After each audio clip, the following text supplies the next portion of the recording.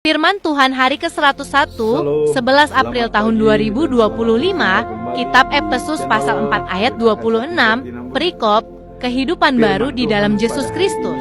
Di hari yang ke-101, tanggal 11 April 2025, diambil dari kitab Efesus pasal yang keempat ayat 26. Kehidupan baru di dalam Kristus. Sebagai nats, apabila kamu menjadi marah, janganlah kamu berbuat dosa. Janganlah matahari terbenam sebelum padam amarahmu. Bahasa Indonesia sehari-hari dikatakan demikian. Kalau kalian marah, janganlah membiarkan kemarahan itu menyebabkan kalian berdosa. Janganlah marah sepanjang hari. Bahasa Batak Toba Siganupari di dok songonon. Molo muruk hamu, unang maluas hamu, hamuruhoni, gabe mambahen dosa tuhamu. Jala unang mamuruk kamu, ola terus marsadari. Demikianlah firman Tuhan. Dan sebagai pedoman kita dalam bulan April, kita tetap menyampaikan topik, yaitu menghayati pengampunan dosa dan kebangkitan Yesus melalui pengakuan dan kesaksian kekuasaan Tuhan. Dijabarkan dalam Roma pasal 6 ayat yang keempat. Dengan demikian, kita telah dikuburkan bersama-sama dengan Dia oleh baptisan dalam kematian, supaya sama seperti Kristus telah dibangkitkan dari antara orang mati oleh kemuliaan Bapa. Demikian juga kita akan hidup dalam hidup yang baru. Kita garis bawahi, hidup dalam hidup yang baru. Bukan mati setelah mati. Artinya mati setelah mati. Dalam kehidupan kita mati, tapi setelah itu juga janganlah menjadi kematian, tetapi hidup setelah kematian dengan hidup yang baru. Apa syarat hidup dalam hidup yang baru? Tadi dikatakan baptisan kudus atas nama Bapa, Anak, dan Roh Kudus menyatu dalam diri kita. Sekarang yang menjadi pertanyaan bagi kita, apa peranan daripada Bapa dalam baptisan kudus? Ya. Peranan Bapa dalam baptisan kudus adalah sebagai sumber kehidupan yang baru bagi mereka yang dibaptis. Jadi sudah merupakan sumber kehidupan bagi mereka yang dibaptis.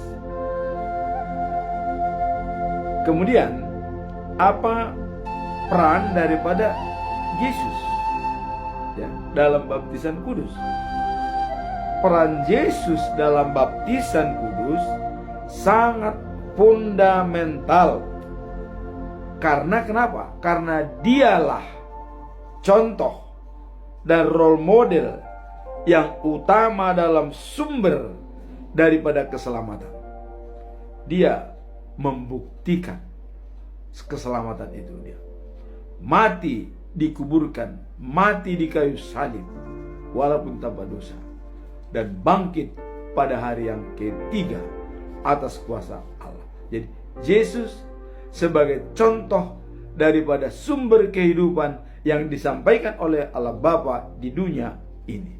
Menjadi role model. Maka kita dibaptis atas nama Bapa, Anak, dan juga Roh Kudus. Sekarang apa peran Roh Kudus dalam baptisan kudus? Kita melihat Allah Bapa sebagai sumber kehidupan, Yesus sebagai contoh keselamatan.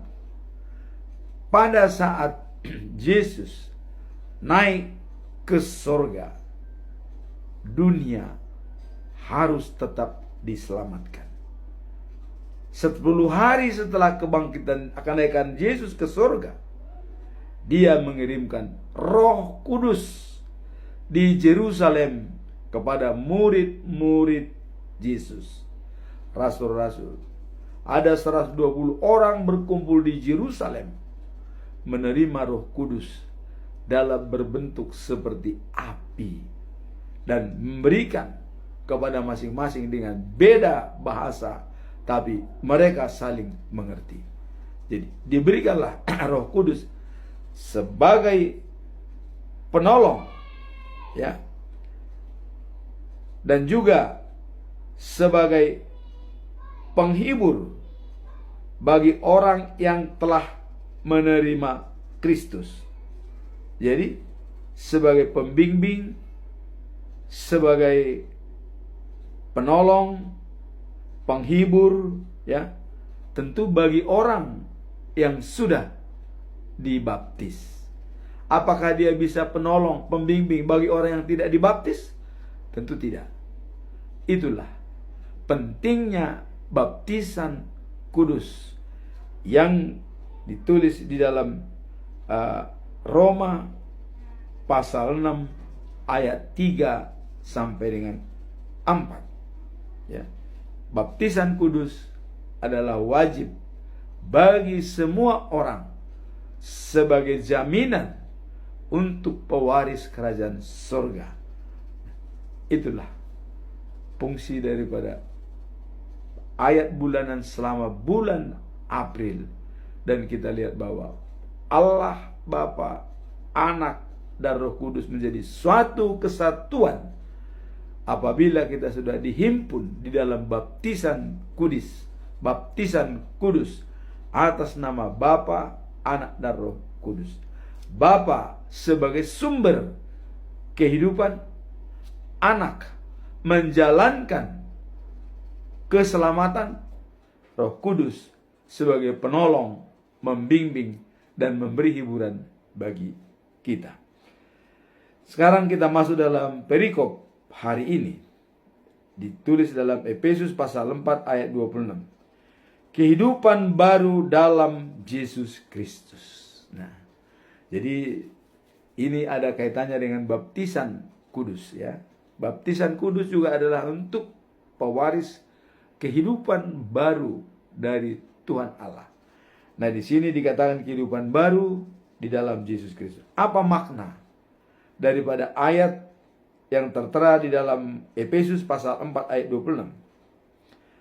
Maknanya adalah di ayat ini mengatakan dalam kemarahanmu, ya, janganlah kamu berbuat dosa, dan janganlah matahari terbenam atas amarahmu. Artinya, kalau kita marah, jangan sampai amarah itu membuat dosa. Dan jangan sampai amarah itu sampai matahari terbenam tetap kita simpan. Artinya, selesaikanlah amarah itu sebelum matahari terbenam. Jangan sampai disimpan berhari-hari. Itulah makna daripada perikop ini, ya. Dalam kemarahanmu janganlah berbuat dosa. Kemarahan itu jangan disimpan sampai matahari terbenam. Apa pesan moral dari perikop ini? Kita lihat di sini. Pesan moralnya adalah mengajarkan pentingnya mengelola emosi, terutama kemarahan, dengan cara yang benar dan tidak melanggar ajaran Tuhan. Jadi amarah itu harus dikelola, harus di-manage sesuai dengan ajaran Tuhan. Satu tokoh mengatakan, Aristoteles mengatakan, semua orang boleh marah dan semua orang berhak untuk marah. Dan Aristoteles mengatakan, marah jangan dipendam, marah jangan dilampiaskan atau dicontohkan. Dilampiaskan artinya dipuaskan dengan konotasi negatif, jangan. Tetapi kelolalah marah itu dengan baik. Dia mengatakan, marah kepada orang yang tepat, tujuan yang tepat, waktu yang tepat. Lakukan. Lakukan. Jangan dipendam. Harus dikelola. Tapi ingat, amarah, dasar kita membuat marah, ada pengampunan dan ada rekonsiliasi. Itu kuncinya. Orang yang tepat. Ada kalanya orang harus diperingatan supaya dia bisa bertobat. Tapi ada orang membuat dia menjadi semakin brutal. Kelola marah itu. Makanya Aristoteles mengatakan, marah kepada orang yang tepat, tujuan yang tepat, dan waktu yang tepat. Kalau tujuannya tidak tepat, jangan marah. Waktunya tidak tepat, jangan marah. Orangnya tidak tepat, jangan marah. Jangan. Tapi marahlah kepada orang yang tepat, tujuan yang tepat, dan waktu yang tepat. Itu akan mengakibatkan rekonsiliasi dan pengampunan.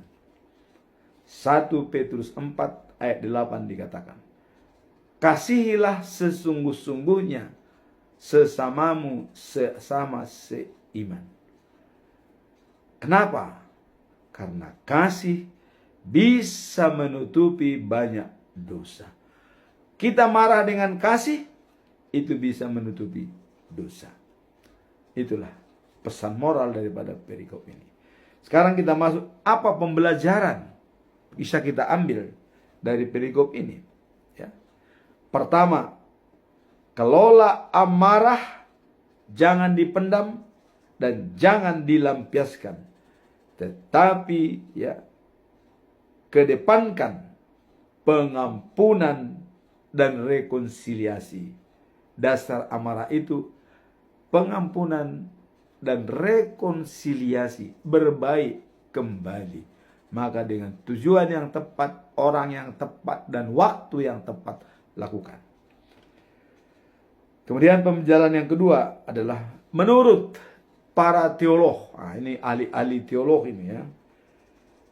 Kemarahan ya bukanlah dosa.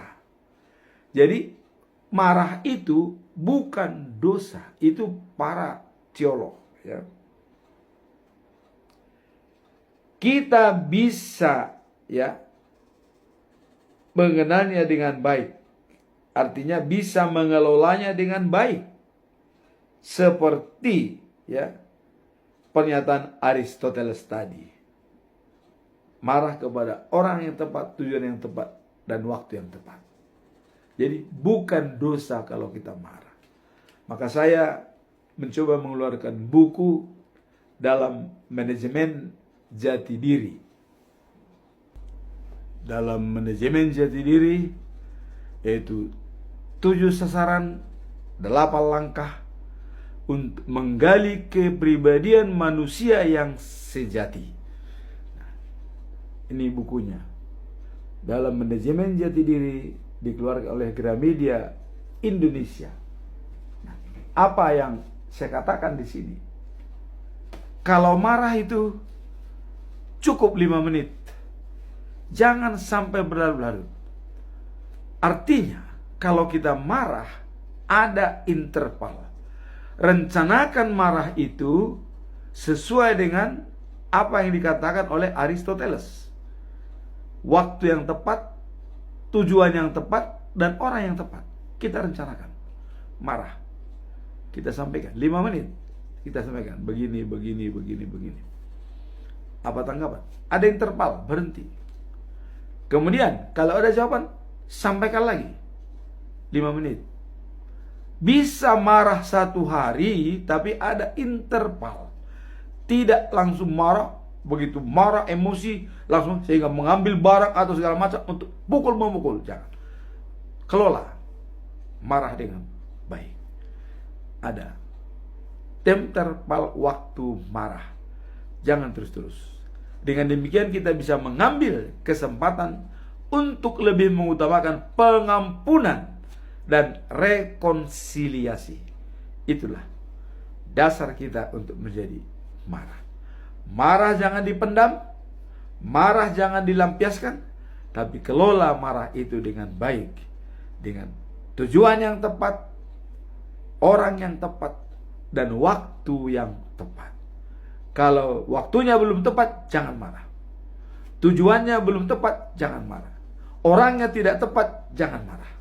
Tapi lakukanlah apabila sudah dipenuhi 3 kriteria untuk marah.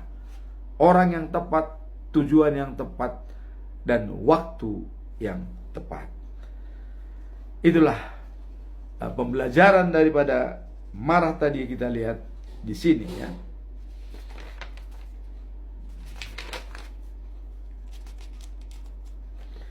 Nah, kemudian apa konklusi yang bisa kita lihat? Di sini saya tetap mengajukan ada 3 pertanyaan ya, untuk melihat kesimpulan kita dalam ayat ini bahwa marah jangan sampai menimbulkan dosa. Pertanyaan pertama, bagaimana cara terbaik untuk mengatasi kemarahan sebelum menjadi sumber konflik dalam hubungan?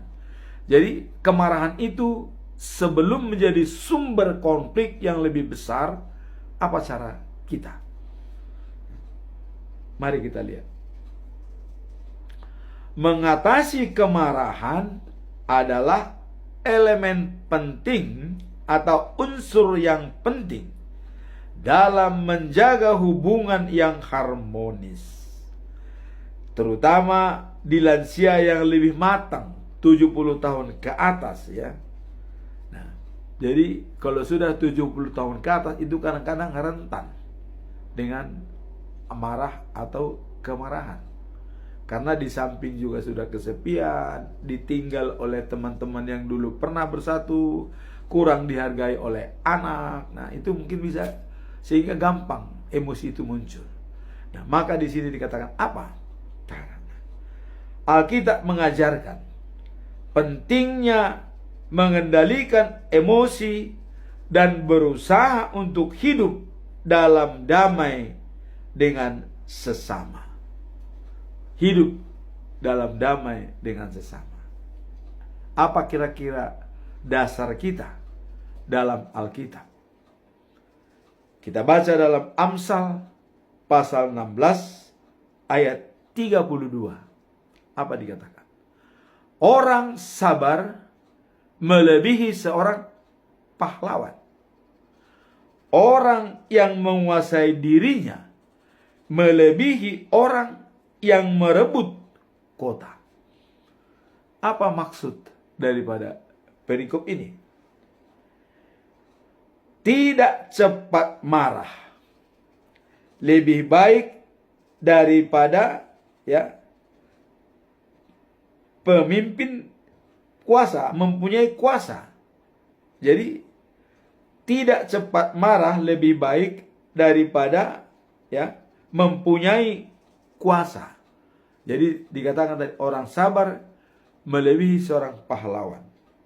Nah, menguasai diri ya lebih baik daripada menaklukkan kota. Jadi menguasai diri itu, kalau kita sudah menguasai diri, itu sudah melebihi dari perwira-perwira yang menaklukkan kota berperang. Kalau kita bisa menguasai diri. Kemudian Efesus pasal 4 ayat 26 sampai 27 ya. Dalam kemarahan jangan kamu berbuat dosa. Jangan sampai marah itu membuat kita berdosa. Atasilah amarah itu dengan baik. Kelola amarah itu dengan baik, seperti dinyatakan oleh Aristoteles. Kemudian pertanyaan yang kedua, apa dampak dari menanggapi kemarahan terhadap kesehatan? Apa dampak dari seseorang yang mempunyai kemarahan terhadap kesehatan mental dan spiritual? Apa dampaknya terhadap kesehatan dan spiritual? Perlu kita lihat dampak kemarahan itu.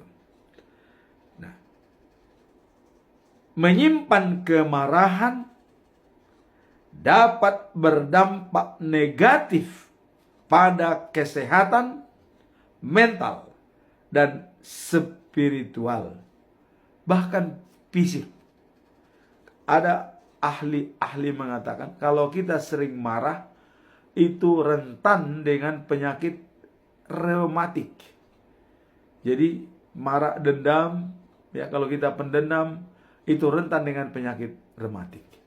Jadi untuk menghilangi penyakit reumatik, hilangkan amarah dan dendam. Itu kata ahli orang yang bidang kesehatan. Nah, kemudian bisa terhadap fisik, termasuk menciptakan perasaan tertekan dan menjauhkan diri dari kasih Allah. Jadi apabila kita sudah menyimpan kemarahan, itu bisa menjadi tertekan dan kita menjauhkan diri dari kasih Allah. Bisa menjauhkan diri dari kasih Allah. Nah, apa risiko menyimpan kemarahan? Adalah bila kita jadi pendendam akibat amarah tidak tersalurkan, kita menjadi berubah pendendam. Apa akibat daripada seseorang membenci atau dendam kepada saudaranya? 1 Yohanes pasal 3 ayat 15 dikatakan, setiap orang yang membenci saudaranya adalah seorang pembunuh manusia. Dan kamu tahu, tidak ada seorang pembunuh yang tetap memiliki hidup yang kekal di dalam dirinya. Jadi risikonya kita dicap sebagai pembunuh. Seorang pembunuh tidak punya harapan hidup yang kekal dan abadi. Tidak ada. Itu Allah sendiri yang mengatakan, seorang pembunuh tidak ada mendapatkan hidup kekal. Maka dikatakan, kalau kita punya amarah, jangan sampai matahari terbenam. Selesaikan. Nah, ada pertanyaan, bagaimana saya marah dengan orang yang tidak bisa bicara dengan dia? Bahkan kalau ketemu dengan dia pasti terjadi pertengkaran yang hebat, dahsyat. Gampang. Tidak masalah. Kalau kita tidak bisa bicara dengan seseorang dengan marah, sudah. Pergi ke kamar, sampaikan kepada Tuhan. Saya ada permasalahan dengan si A. Masalahnya kami salah pengertian. Begini Tuhan. Dan saya juga sudah mengaku salah. Kita akui kepada Tuhan bahwa saya yang salah. Biarlah dia, ketuklah hatinya Tuhan, supaya kami bisa berdamai kembali. Saya tidak ada niat untuk benci sama dia. Dan sampaikan kepada Tuhan. Kan Tuhan mengatakan, apa masalahmu? Apa persoalanmu? Sampaikan kepada saya. Jangan kau pendam, jangan kau lampiaskan. Sampaikan. Nah, Sebelum matahari terbenam, ya, pada saat sore-sore ada permasalahan. Hari ini banyak kita bertengkar dengan siapapun. Mari berdoalah kepada Tuhan. Sampaikan. Semua itu akan terselesaikan dengan baik. Jadi tidak ada alasan saya tidak bisa bicara dengan dia sehingga kamu tidak bisa bicara. Tapi bicara dengan Tuhan terbuka. Sampaikan kepada Tuhan, dia sangat mengerti. Nah, itulah fungsinya kita mempunyai firman Tuhan dan mempunyai Allah yang baik, mempunyai Yesus Kristus yang bisa membantu kita dan Roh Kudus sebagai penolong. Itulah solusi untuk menghilangkan supaya kita jangan jadi dicap sebagai pembunuh atau pendendam. Nah, dalam Efesus 4 ayat 31 sampai 2 dikatakan adalah segala kepahitan dan kemarahan dan amarah dan pertikaian dan fitnah hendaklah dibuang dari antara kamu, serta segala sesuatu yang jahat. Tetapi hendaklah kamu ramah, ya, seorang terhadap yang lain, penuh kasih mesra, saling mengampuni sama seperti Allah di dalam Kristus telah mengampuni kamu. Jadi dikembalikan kepada Allah yang bisa mengampuni kita atas dosa-dosa kita. Ya. Jadi ada solusi. Kenapa penting kita pergi ke gereja untuk berjamaah? Nah, itu supaya menyampaikan semua keluh kesah kita kepada siapapun. Kita pergi ke gereja, dikatakan sebelum masuk rumah ibadah atau sebelum dimulai acara, dari imam selalu mengatakan, mari kita berdoa dalam hati kita masing-masing. Artinya, bila ada yang penghambat, bila ada barier-barier kita bawa dalam doa, semua, maka Allah akan hadir pada diri kita. Itulah fungsinya kita pergi beribadah ke gereja. Ada pengampunan dosa. Nah, kemudian ayat ini mengingatkan kita tentang pentingnya melepaskan semua perasaan negatif, termasuk kemarahan, agar kita dapat hidup dalam kasih atau mengikuti karakter Allah. Bahwa Allah itu adalah kasih. Barang siapa tidak memiliki kasih, sama dengan tidak mengenal Allah. 1 Yohanes pasal 4 ayat 8. Tidak memiliki kasih, tidak mengenal Allah. Memiliki kasih, kita kenal dengan Allah. Nah, konteks inilah dan konteks mental dan spiritual kita akan terpengaruh apabila menyimpan kemarahan yang dapat menyebabkan isolasi dari kasih Allah dan gejolak emosional yang berkepanjangan. Jadi apabila kita menyimpan amarah, kita bisa terisolasi dari kasih Allah, dan ini bisa menjadi bergejolak secara berkepanjangan. Nah, itulah dapat yang kita jalani kalau kemarahan itu bisa berakibat kesehatan mental dan spiritual kita. Maka dengan demikian tadi kita bisa membangun kembali mental kita dan spiritual kita. Kemudian yang ketiga, pertanyaan yang ketiga, bagaimana pengampunan dapat diterapkan dalam kehidupan sehari-hari untuk mengatasi kemarahan yang menumpuk? Bagaimana cara mengatasi kemarahan?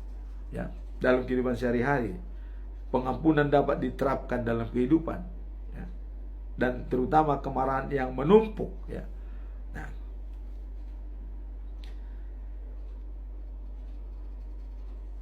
pengampunan merupakan bagian penting dalam ajaran Kristiani. Itu dulu. Nah, kemudian yang dapat membantu ya mengatasi kemarahan. Jadi pengampunan ya sangat penting dalam ajaran Kristiani yang bisa membantu mengatasi kemarahan. Tadi dikatakan 1 Petrus pasal 4 ayat 8, mengasihi dengan sungguh-sungguh sesama dapat menutupi banyak dosa. Jadi bisa menutupi banyak, bisa mengatasi kemarahan apabila kita terapkan kasih sebagai pedoman kita dalam menangani semua perkara-perkara yang kita hadapi. Nah, untuk mengatasi kemarahan yang menumpuk, ya, kita dapat memulai dengan merenungkan Alkitab. Jika kamu mengampuni kesalahan orang lain, Bapamu yang di sorga juga mengampuni kamu. Jadi dasarnya memang terserah kepada kita. Karena kita sudah diampuni oleh Bapa yang di sorga. Jadi dikatakan, jika kamu mengampuni kesalahan orang lain, maka Bapamu pun akan mengampuni. Jadi ada berbanding lurus dengan Tuhan apa yang kita lakukan di dunia ini. Ini sesuai dengan dalam Matius pasal 6 ayat 14 ya. Jika kamu mengampuni kesalahan orang lain, Bapamu yang di sorga juga mengampuni kamu. Injil Matius pasal 6 ayat 14. Proses pengampunan tidak selalu mudah. Jadi sulit kadang-kadang. Ya. Nah, tetapi ya, dengan berdoa dan meminta bimbingan dari Tuhan, kita dapat belajar untuk melepaskan rasa sakit tersebut. Jadi itu yang saya katakan tadi. Kalau kita benci dan tidak bisa bicara dengan seseorang, masuk dalam kamar, sampaikan kepada Tuhan dan berdoa. Sampaikan apa yang kita inginkan. Tuhan akan meluluhkan hati daripada orang tersebut, sehingga nanti kita akan bisa berbaik dengan dia. Saya pernah contohkan, sudah tidak bisa bicara dengan dia, tapi begitu saya berdoa, kemudian saya pergi ke rumahnya, selamat, diterima dengan baik. Tadinya benci berubah menjadi kasih sayang. Itulah kekuatan doa yang selalu kita berikan kepada Tuhan dan kita sampaikan kepada Tuhan. Nah, kemudian di sini dalam 1 Petrus 4 ayat 8 dikatakan ya, yang tadi dikatakan, tetapi yang terutama kasihanilah sungguh-sungguh seorang akan yang lain, sebab kasih menutupi banyak sekali dosa. Jadi kasih itu sudah bisa menutupi dosa. Artinya sudah bisa menjalankan pengampunan dengan menjalankan kasih. Nah, dalam Matius pasal 6 ayat 9 sampai dengan 13 ya, dikatakan, karena itu ya,